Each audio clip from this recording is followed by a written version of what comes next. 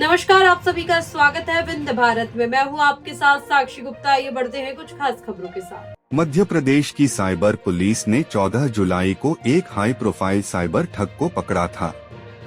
उसका नाम संदीप चतुर्वेदी है।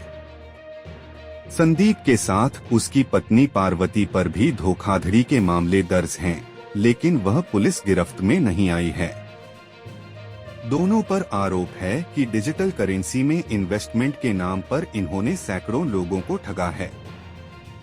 पुलिस ने संदीप से 2 दिन तक पूछताछ की और उसके बाद उसे छोड़ दिया।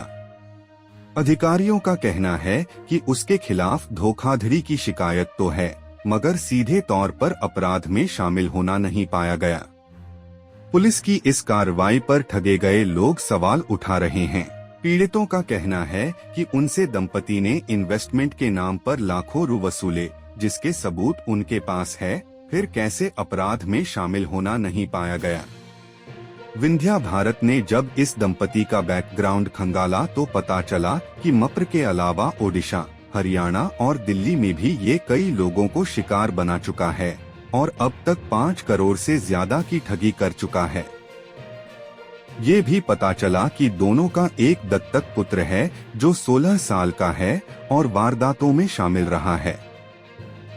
संदीप चतुर्वेदी मूलत रीवा के हरदी गांव का रहने वाला है।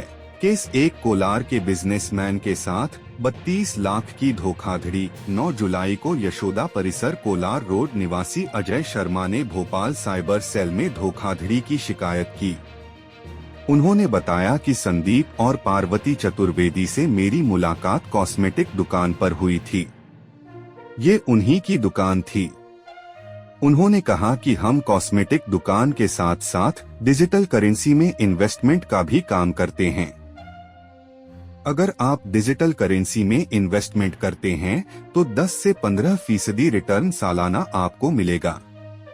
दंपति के बहकावे में आकर सबसे पहले मैंने 8,000 रु इन्वेस्ट किए। उसका रिटर्न रोजाना मेरे वॉलेट में शो हो रहा था। उसके बाद दोनों ने कहा कि जितना ज्यादा इन्वेस्ट करेंगे उतना रिटर्न मिलेगा। मैंने फरवरी से लेकर मार्च तक 32 लाख रु इन्वेस्ट कर दिए। 3 जुलाई को अचानक मेरे वॉलेट में रिटर्न दिखना बंद हो गया।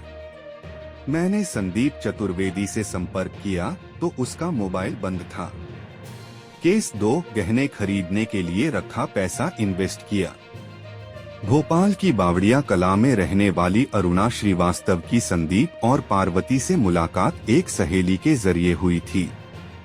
अरुणा बताती है कि 1,60,000 रु मैंने ज्वेलरी खरीदने के लिए रखे थे, वह संदीप और पार्वती के कहने इन्वेस्ट किए।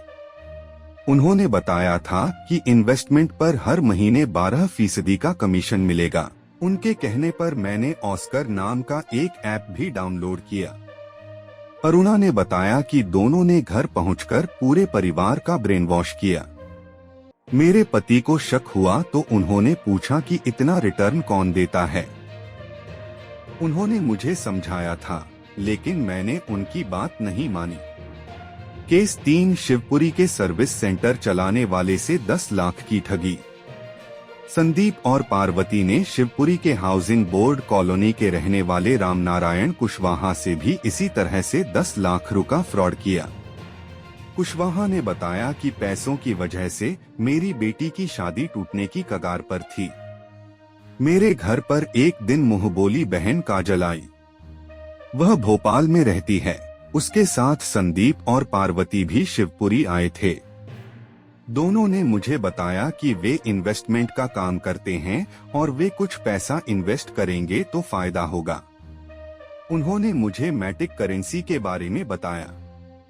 इसके बाद ट्रस्ट वॉलेट डाउनलोड करवाया।